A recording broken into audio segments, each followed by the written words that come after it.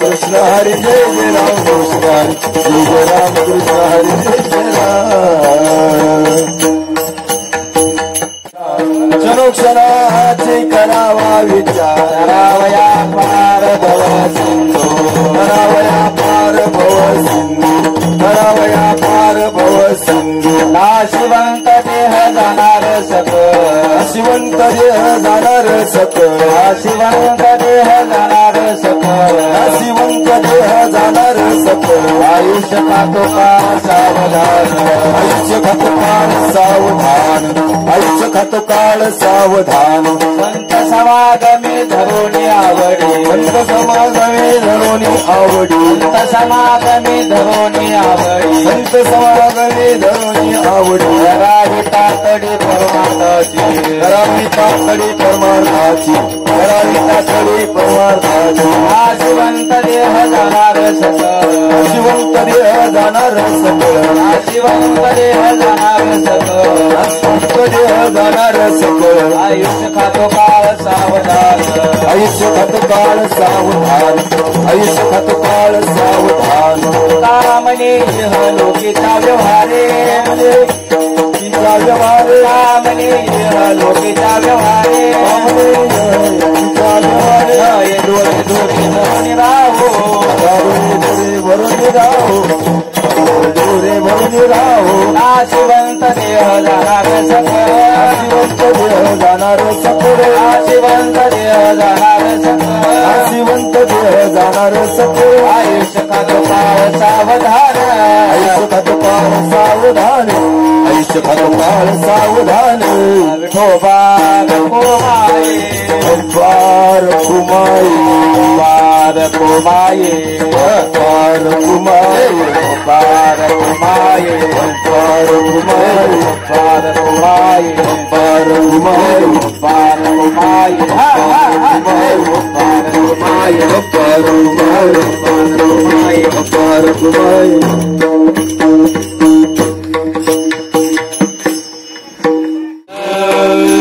विठ्ठल विठ्ठल विठ्ठल विठ्ठल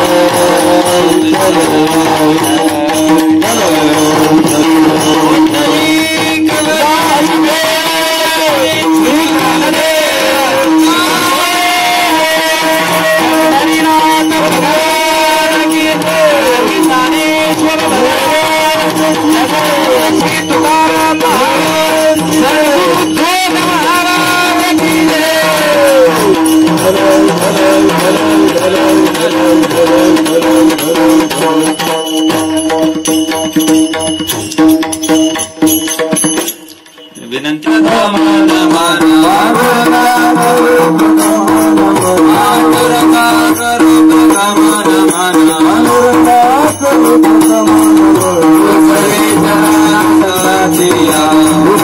चरण संताजिया दुसरे चरण संताजिया दुसरे चरण संताजिया पंचकुंभाने तुझे सविता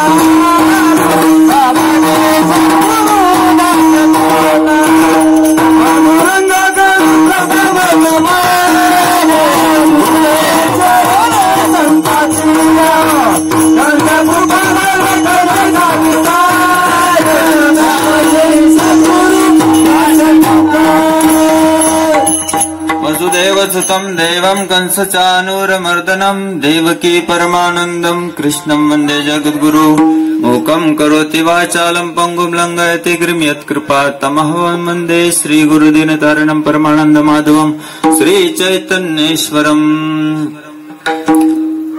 आजचा हा जो अभंग आहे जगद्गुरु संत तुकोबाराय यांचा आहे, जो उपदेशपर प्रकरणातला असून 4 चरणाचा अभंग आहे।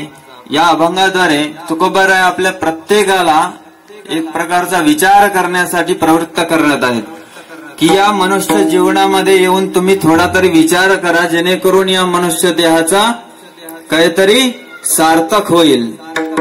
तर आपण याच्यावर आता निरूपण थोडा वेळ थोडा कमीच आहे, म्हणून थोडा पळापळीतच पंचपदी केलेली आहे।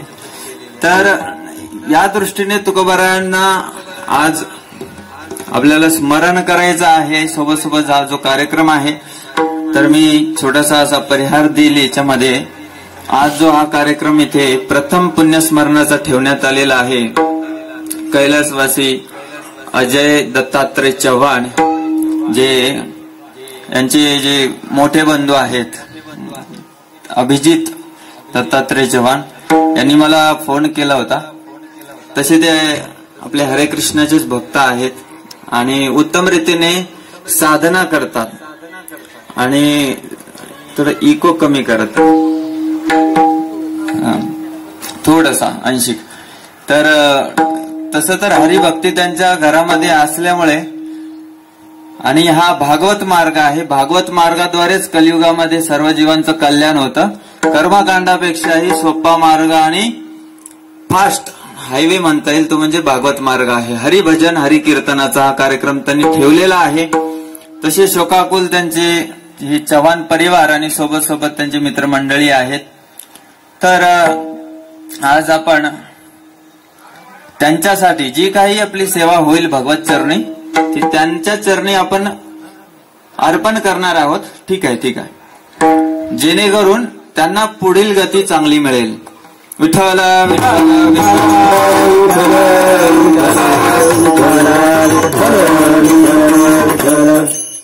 माझ्या आसपास उभे असलेले जे साथीदार आहेत, तसं तर ते माझ्यापेक्षा वरिष्ठ आहेत।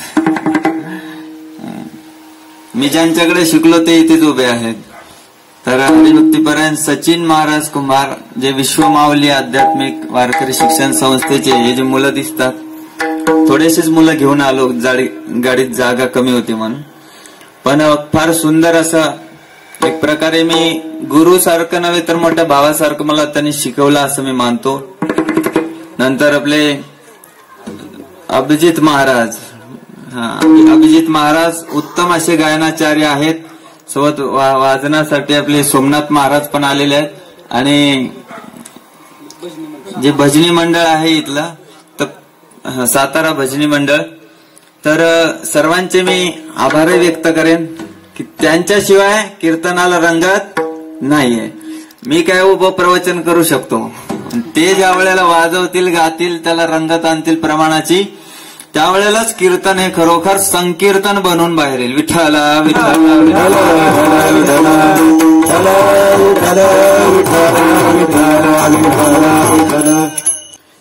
क्षणोक्षणाची करावा विचार, तरावया पार भवसिंधू, नाशिवंत देह जाणार सकळ, आयुष्य खातो काळ सावधान। श्रीमंत श्री जगद्गुरु तुकोबाराय आपल्याला अभंगातून फार सुंदर असा उपदेश करत आहेत। हा जर आपल्याला समजला तर खरोखर आपलं जीवन सार्थकी लागेल की व्यक्तीला खरोखर बसल्या जागी का होईना क्षणोक्षण विचार केलाच पाहिजे। बघा, मनुष्य जीवन हे कर्मावरच आधारित आहे। आपण जे आहोत ना मनुष्य, कर्माचा सिद्धांत फक्त मनुष्यालाच लागू पडतो। जसं की एखादा वाघ असेल, त्याने जर शेळी बकरी खाल्ली तर त्याला कोणतं पाप लागत नाही, पण मनुष्याला मात्र लागतं। तो जितके खाणार आहे तितके त्याला फेडायचे, हे फिक्स आहे। त्या आजकाल देवी देवतांच्या नावावर पण बिचारे ठरवलंय की ते खाणारच आहे की नाही। तो विषय असा आहे की जे आपण करणार आहे ते आपल्याला परत भोगायला येणारच आहे.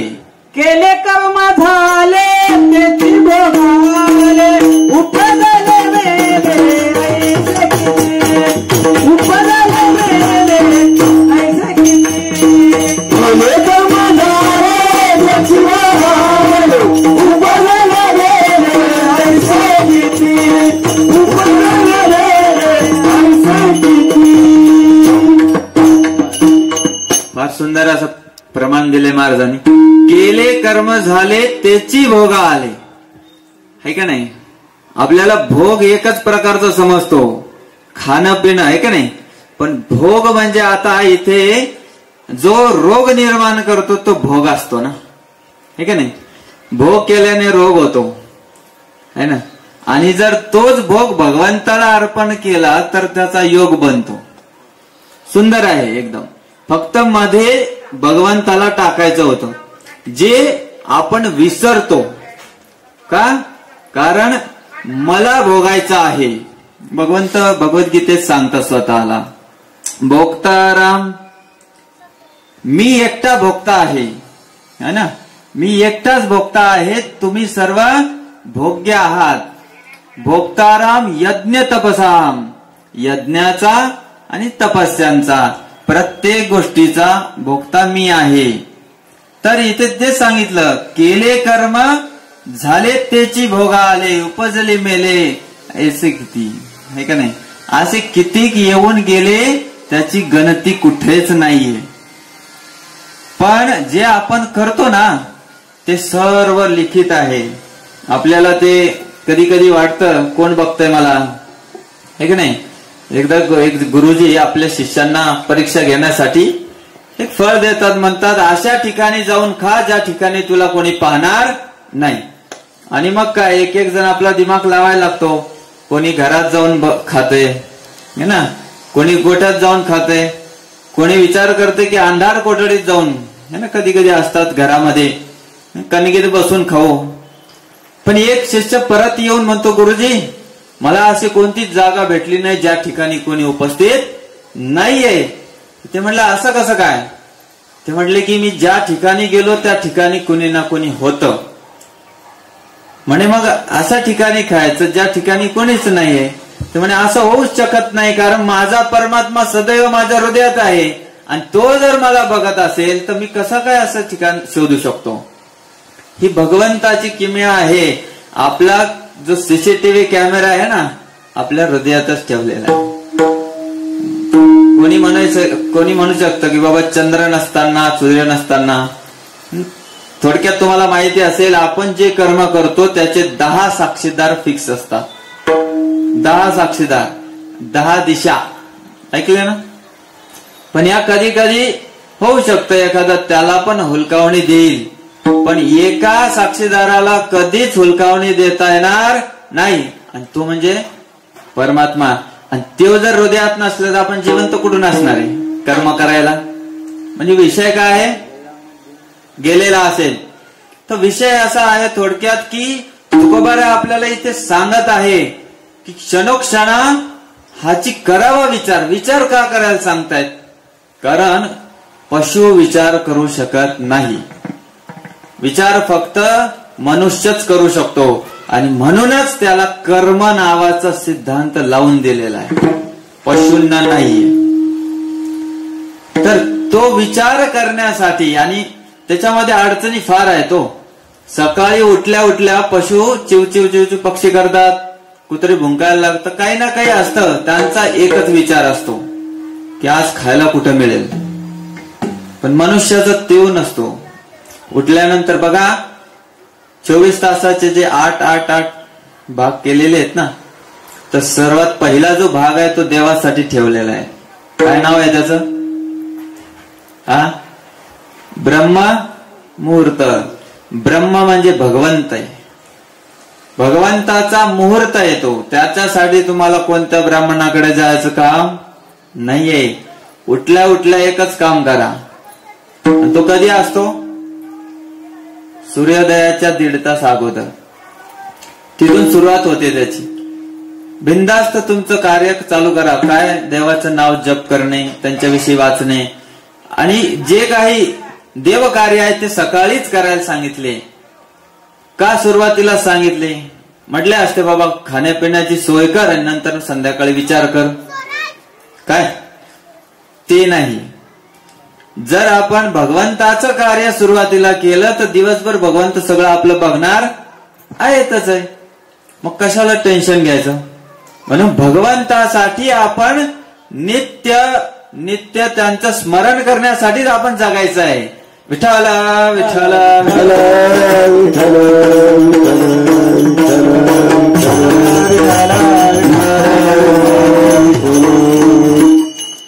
तर भगवत स्मरण फक्त मनुष्य देहात होतं, कुत्र्याच्या नाही, मांजराच्या नाही, घोड्याच्या नाही. याच देही गाडे देवाचे भजन, याच देही गाडे देवाचे भजन, देवाचे भजन, याच देही गाडे देवाचे भजन. आणि कहे नाम, आणि कहे नाम, आई कोटे याच देही गाडे देवाचे भजन, याच देही गाडे देवाचे भजन, आई गाडे देवाचे भजन, याच देही याच देही घडे देवाचे भजन, अनिक हे काम नाही कोठे, ज्ञान नाही कोठे. तर याच देही घडे देवाचे भजन, भगवंताचं भजन करणं याच देहामध्ये शक्य आहे, इतर देहात शक्य नाही. म्हणून तुकोबाराय आपल्याला म्हणतात क्षणोक्षणाची करावा विचार. कशासाठी? तरावया पार भवसिंधू. हा भवसिंधू आहे, ही काही साधारण नदी नाही की थोडासा तलाव नाही आहे. तो पार करण्यासाठी आपल्याला फार कष्ट लागणार आहेत आणि फार मोठी तयारी लागणार आहे. जसं वर्षभर एखादा विद्यार्थी आहे ना, अभ्यास केला तर मग तो परीक्षेच्या अगोदरची संध्याकाळ असते ना, त्यावेळेला तो डोकं धरून बसलेला नसतो. नाही तर काही काही जी मुलं असतात ना, मग त्यावेळेला गोळ्या घेणं असेल किंवा मग नंतर घरी फोन लावणं असेल की फार डोकं दुखतंय, पोट दुखतंय, अंग दुखतंय, ते दुखणं बंद होतं जर पूर्वतयारी असेल तर. पण जर पूर्वतयारी नसेल तर मात्र सगळ्या दृष्टीने व्यक्ती विचार करतो की बस आता माझ्याकडून होणार नाही. तर भवसिंधू आहे. सिंधू का म्हटले तुकोबाराय? त्यांना सरिता पण म्हणता आलं असतं. सरिता म्हणजे नदी. नदी काही कमी नसते, एकदा वाया लागली की गावाच्या गाव पण नेते ती. पण भवसिंधू कसा आहे? सिंधू हा म्हणजे ज्यावेळेस व्यक्ती सिंधू म्हणजे सागराच्या मधोमध पडेल ना, तर त्याच्या मधोमध पडल्यानंतर त्याला सर्व किनारे सारख्या अंतरावर असल्यानंतर त्याला जाण्यासाठी शक्ती नाही समजा त्याची. तर तो काय किती कष्ट लागतील त्याला? तर दुसरा एक उपाय असा आहे की ते पाणी स्थिर आहे है ना, फार तो तिथून विचलित होणार नाही. वरून कोणी आलं आणि हेलिकॉप्टरने त्याला उचलून घेतलं तर बरं आहे. पण नदीत पडला तर होऊ शकतं एखाद्या किनाऱ्याला कुठतरी लागेल, बरोबर ना. म्हणजे नदीमधून वाचण्याची संभावना असते, पण सिंधू सागर आहे, सागरात वाचण्याची संभावना नसते. नदीमध्ये बाकी आपले मित्रमंडळी पण नसतात. कोण? भले मोठे मगरी, साप, ते मासे, शार्क सारखे जे आल्यानंतर काय करू शकतात? आपल्याला खाऊ शकतात ना, ते नदीत नसतात पण सागरात भरपूर असतात. म्हणून काय म्हणतात ते भवसिंधू. तर हा सिंधू तर इथे तर कोणीतरी वाचवेलच वाचवेल, कारण सतत काही ना काही तिथे आसपास अपेक्षा आहे, आशा आहे कोणीतरी येईल. पण भवसिंधूतून वाचवणारा एकच आहे है ना. म्हणून तुकोबाराय म्हणतात, तुका म्हणे तुझं वाचवे ना कोणी, एका चक्रपाणी वाचून या. म्हणून तुकोबारायांचं जे प्रमाण आहे ते आपल्यासाठी फार महत्वाचं आहे. ते म्हणतात तुला एका चक्रपाणी, चक्रपाणी म्हणजे भगवंत, ज्यांनी चक्र धारण केलेले, पाणी म्हणजे हात, ज्या हातामध्ये चक्र आहे असे भगवंतच तुला वाचू शकतात. मग आता इथे संभ्रम राहिलेला नाही की माझे हा देवी देवता येईल का तो देवी देवता येईल. इथे एकच भगवंत येणार आहे जे आपल्या पांडुरंग, महाराष्ट्रामध्ये पांडुरंग नावाने प्रसिद्ध आहे. तर अशा भगवंताचं तुम्ही जर सतत स्मरण केलं तर नक्कीच तुम्हाला भवसिंधू पार होईल. तर त्यासाठी तुकोबाराय म्हणतात की क्षणोक्षणा हाची करावा विचार. त्याने पहिल्या चरणात सांगितलं, क्षणोक्षणा हाची करावा विचार,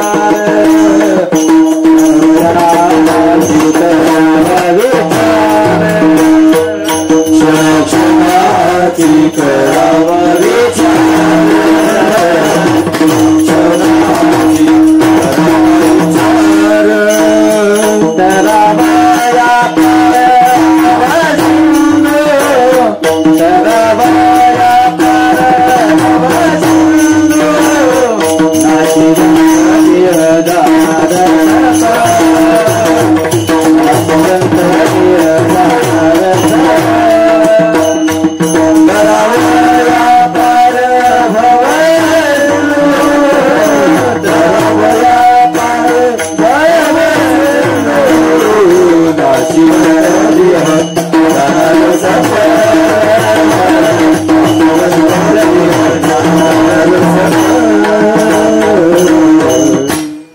नाशिवंत देह जाणार सकळ, आयुष्य खातो काळ सावधान. तर आपल्यासाठी सावधान हा शब्द संपूर्ण जीवनात दोनदा येतो. एक तर शेवटी कोणी सावधान म्हणतो आणि एक सुरुवातीला म्हणत असतो, बरोबर ना. लग्नाच्या वेळी का सावधान शब्द म्हणतात, एवढं जर गणपतीचं गुणगान केलं जातंय. मंगलाष्टक काय असतात, गणपतीचंच गुणगान असतं बघा. गणपती हे मंगलमूर्ती आहेत, सोबत भगवंताची पण स्तुती गायली जाते. त्यावेळी जे उत्तम पद असतात, संस्कृत मध्ये असतील किंवा जे आपल्या बोली भाषेत असतील, त्याचं ते वर्णन असतं. त्यामध्ये कशाला सावधान घातलेलं असेल बरं. सावधान बऱ्याच ठिकाणी तुम्हाला दिसतंय है ना, अशी खोपडी केलेली का, असा एक प्रकारे तो अशुद्ध शब्द मानला जाईल अशा मंगल कार्यामध्ये. पण नाही, त्याची खरोखर आवश्यकता आहे. जर आपल्याला तो शब्द सारखा नाही म्हणून दाखवला, आपण थोडे विसरभोळ्या प्रकारचे लोक आहे ना. मनुष्य हा विसरभोळा जास्त असतो. आता इथे कीर्तनात ऐकणार आणि घरी जाऊन मस्त ताव मारणार खाण्यावर. त्यांना काय सांगायचं काम, बाबा खाऊन घेऊ द्या. मी म्हणत नाही खाणं बंद करा, खा, पण जगण्यासाठी खा. खाण्यासाठी जगू नका, मरू नका. ठीक आहे, जगण्यासाठीच आवश्यक तेवढं खाणं आणि बाकीचा वेळ आपला कशासाठी देणं, भगवत स्मरणासाठी.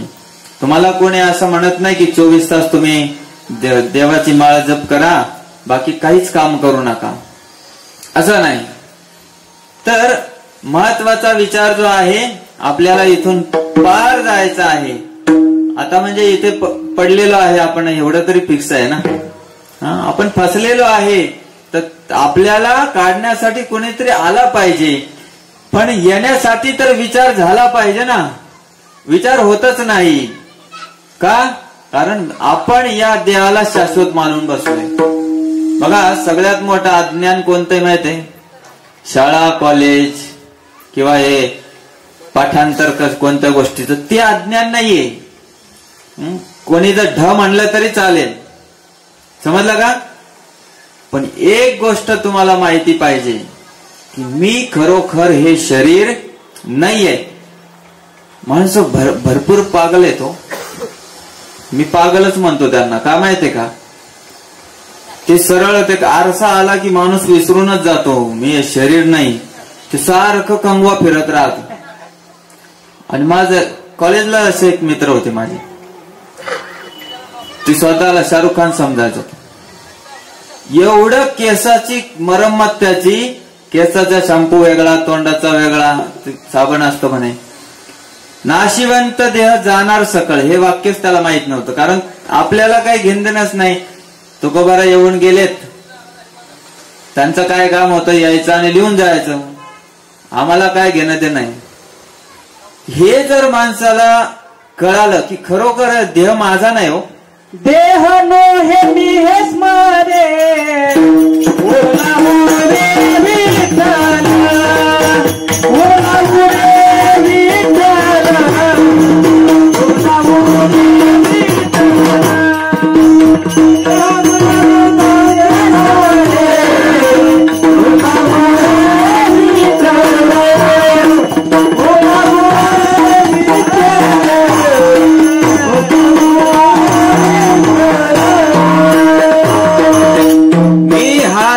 नाही हे वाक्य प्रत्येकाला जर समजलं ना तर आजच्या क्षणाला विश्वशांती होऊ शकते. उगा हे देशादेशाचे भांडणं, पक्षापक्षाचे भांडणं, घराघराचे भांडणं आणि घरातले भांडणं, मनातले भांडणं, बाहेरचे भांडणं सगळे बंद होतील. का? कारण सरळ आहे ना, मी देह नाहीच आहे. मी ज्याच्यासाठी हा सगळा उठाठेव करतो ना ते देहासाठी करतो. दोन भावाभावामध्ये ज्यावेळेस ताट वाढलं जातं ना, भांडण कशासाठी होतं, त्याला जास्त दिलं आणि मला कमी दिलं. आणि ते कशासाठी दिलं? शरीरासाठीच दिलं होतं ना, काही आत्म्यासाठी थोडी दिलंय. तर ही गोष्ट जर समजली की मी देह नाही, आणि भगवद्गीता बघा, भगवद्गीतेचा मर्मच एवढा आहे. सुरुवातीचा जो अध्याय आहे तर त्याच्यात तर सैन्याचं निरीक्षण केलं अर्जुनाने, पण दुसऱ्या ह्याच्यात ज्यावेळी भगवंत बोलायला लागले ना, दुसऱ्या अध्यायाच्या 15-16व्या श्लोकापासून, तर फिक्स भगवंताने सुरुवातच ही केली की पहिले अर्जुनाला समजून सांगू दे मला की तू देह नाही बाबा, तुला देह नाही एवढं जरी समजलं तर पुढचं सगळं समजेल मग. आणि आज लोकांच्या घरात हजारो लाखो डिग्र्या असतील, अख्खं घर डिग्रीने बनवलेलं असेल, पण त्याला एक गोष्ट कळत नाही की मी देह नाही. जर त्याला देह नाही कळालं ना, बघा लोक किती परेशान आहेत. आमच्या एका मंदिरामध्ये एकदम जाड बाई येऊन बसली, एकदम शेवटच्या खुर्चीवर. तिला चालता पण येत नव्हतं, पण बिचारी परेशान होती. घरी कोणी असं विकृत शरीर असलं ना तर कोणी प्रेम नाही करत, कारण त्यांना त्यांचं होत नाही आणि दुसऱ्याला त्याचं करू वाटत नाही. मग तिने प्रवचन ऐकलं आणि प्रवचनाचा विषय हाच होता, तुम्ही शरीर नाही आत्मा आहे. तर ती म्हणली, मागच्या 20-30 वर्षामध्ये मला इतका आनंद कोणी नाही दिला जेवढा तुमच्या प्रवचनाने दिला. विठ्ठला विठ्ठला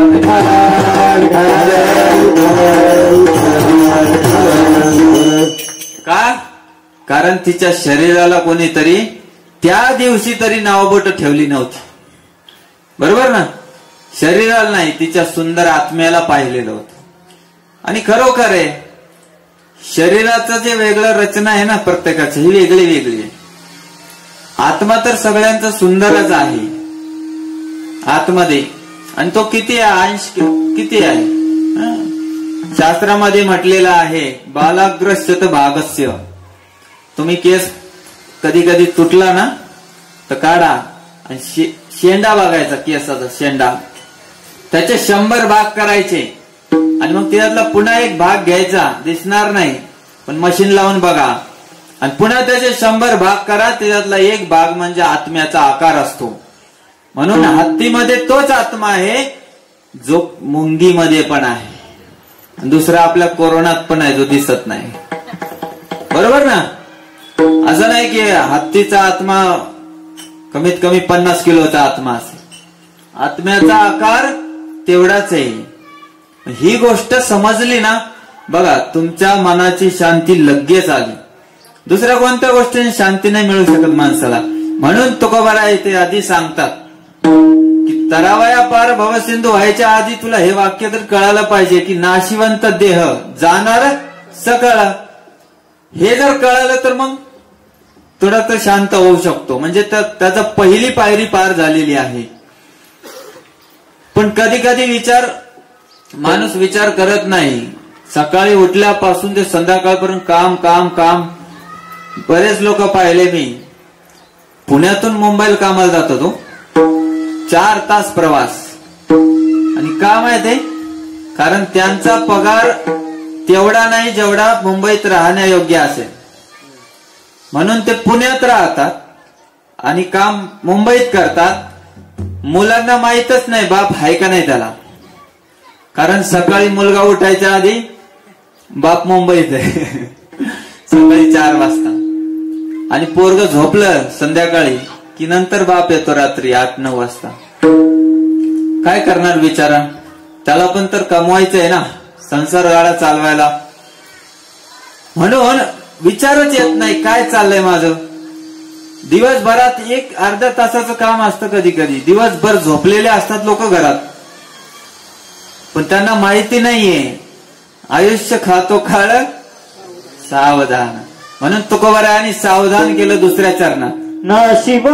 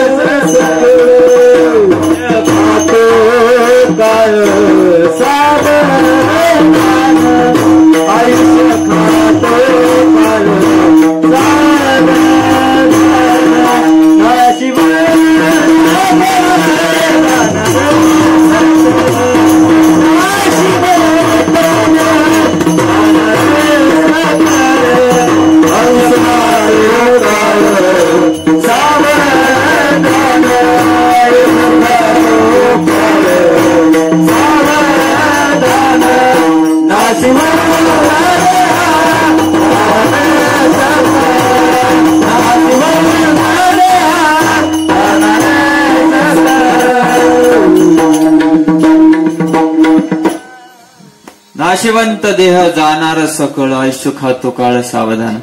शरीर किती तत्वाने बनलेलं आहे माहिती आहे तुम्हाला? 24 तत्वापासून बनलेलं आहे शरीर आपलं. त्याच्यात तुम्हाला सोप्या भाषेत सांगतो, तुम्हाला माहिती असेल पुन्हा एकदा सांगतो. 5 आपले ज्ञानेंद्रिय आहेत, 5 कर्मेंद्रिय आहेत, 5 तन्मात्रा त्याला विषय म्हणतात, आणि जे 5 आहेत ते पंचमहाभूत आहेत, जे आपण पाहतो. जे नाव बोट ठेवले जातात ना ते सगळे पंचमहाभूताला असतात. खरं तर आपल्याला नाव बोट ठेवल्यावर दुःख मानून घ्यायची गरज नाही बरं का, कारण ते आपल्याला दिलेलंच नसते शिवी आहे ना.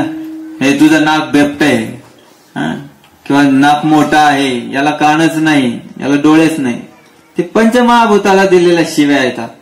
खरं पाहता आत्मा हात आहे, म्हणून म्हटलं ना शांती त्याच वेळेला मिळेल ज्यावेळेला त्याला कळेल की मी शरीर नाही आत्मा आहे. म्हणून तर एवढं सुंदर सांगितलेलं आहे गीतेमध्ये. सुरुवातीचे जे तुम्ही श्लोक आहेत ते पण वाचू शकता है ना.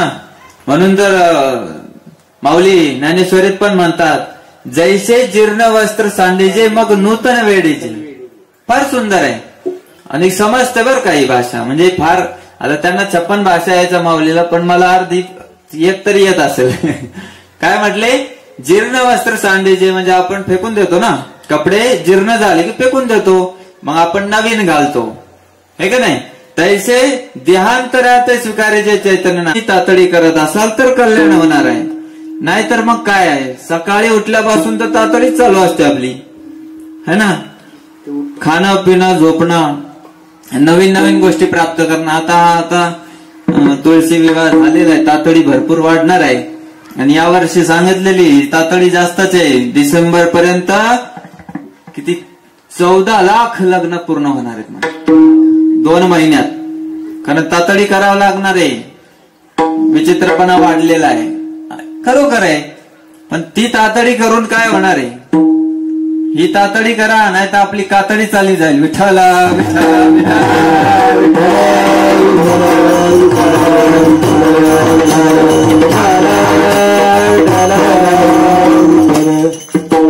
विठोबा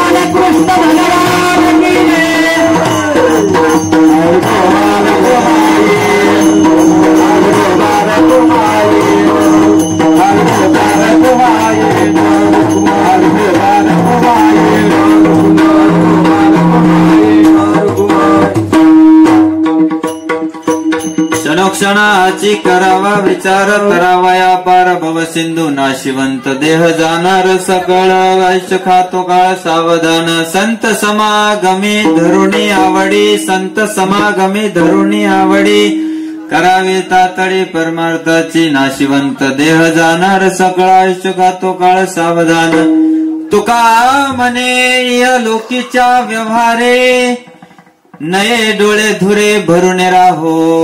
शेवटच्या चरणामध्ये तुकोबारा आपल्याला स्पष्ट आणि स्पष्ट सांगतात.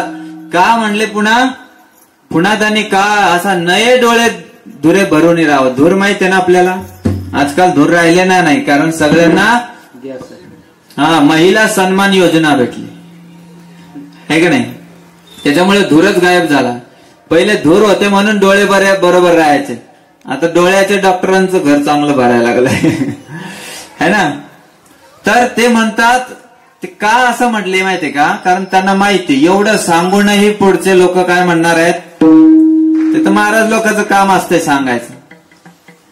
त्यांना थोडे ना त्यांचा धंदा चालला पाहिजे का नाही. काही काहीच्या मनात येत तुमच्या नाही म्हणत मी येत असतंय.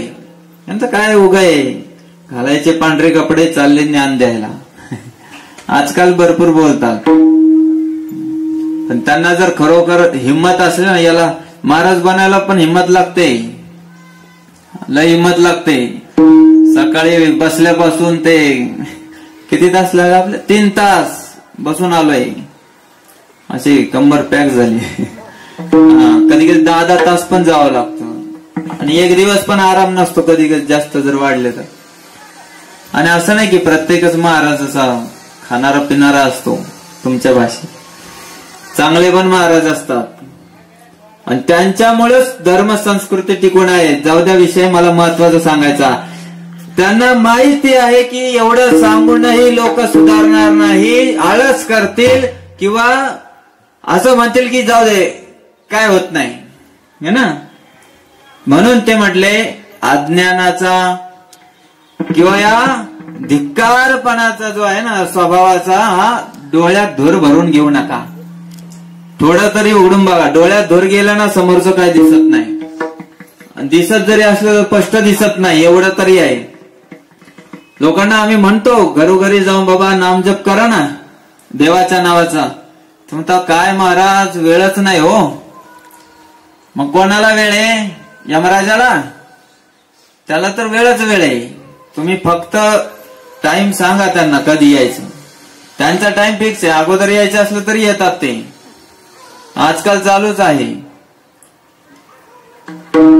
सांगता येत नाही ना बाजूचा कधी जाणार आहे. लहान बाळांना पण आजकाल हृदयविकाराचे झटके यायला लागले. कसे काय. खरं पाहता हार्ट अटॅक हा कोणता आजार नाहीये. ते या गोष्टी येतात. बीपी पण काय आजार नाहीये. आपण निर्माण केलं. कारण देवाचं चिंतन नाही केलं ना काय होणार. त्रास वाढणार आहे. मनाची अशांती निर्माण होणार आहे आणि मग हे सर्व आजार आपोआप निर्माण व्हायला लागले. तुकोबाराय काय म्हणतात तुम्ही या लोकीच्या व्यवहार या जगात राहता राहता काय करा विचारच करत राहा. कोणता मी कशा प्रकारे त्या भगवंताला आळवू. कशा प्रकारे मी त्या भगवंताचा होऊ. तर शेवटी मी तुम्हाला या पूर्ण या कीर्तनाचा थोडक्यात सार सांगेल की तुम्ही सकाळी उठल्यापासून 2-4 गोष्टी करा फक्त. बाकी काहीच करू नका. तरी सुद्धा तुम्ही भगवंताच्या धामाला जाल. हा माझा नाही संतांचा एक प्रकारे पुरावा देऊन जातो. सकाळी उठल्या उठल्या भगवंताचं दर्शन घ्यायचं. इकडच्या तिकडच्या लोकांचं तोंड पाहायचं नाही. घरातल्याचं पण नाही पाहायचं. बिलकुल नाही बघायचं. आणि अशा दिशेला फोटो लावायचा ज्या ठिकाणी आपण उठल्या उठल्या त्यांचं तोंड बघतो. भगवंताचं है ना. भगवंताचं जे चेहरा आहे मुख आहे ते बघायचं. ते उठल्यानंतर उठायचं त्यांचं दर्शन घ्यायचं. आपली जी प्रातःविधी आहे करायची आणि थोडा वेळ का होईना भगवंताचं नाम चिंतन करा. तुमचं जे काय आवडीचं नाव असेल हरे विठ्ठल केशव माधव कृष्ण. जसं हरे कृष्ण भक्त हरे कृष्ण महामंत्रात जप करतात. वारकरी जय जय राम कृष्ण हरीचा करतात. काहीतरी करा तरच मग तुम्हाला काहीतरी लाभ होईल. तेवढं करा आणि थोडस नॉनव्हेज, जुगार, विवाहाच्या बाह्य संबंध, हे जे खरोखर कलियुगाचे स्थान आहेत, नशा वगैरे त्यात त्यागा. बस एवढ्या 2 गोष्टी करा, नामस्मरण आणि या 4 गोष्टीचा त्याग. एवढंच करा, बाकी काहीच करू नका. आणि आपल्या संसारात जे कमाई मिळेल ती आपल्या पहिलं संसारिकांचं पहिलं कर्तव्य आहे. मी म्हणत नाही तुम्ही दान करा, ते दुसऱ्या वेळेला करा. पहिलं आपल्या घरातल्या लोकांसाठी तुम्ही खर्च करा आणि त्यांना तुम्ही भगवंताच्या चरणी लावा. तुमचं फिक्स वैकुंठ धाम आहे. विठ्ठल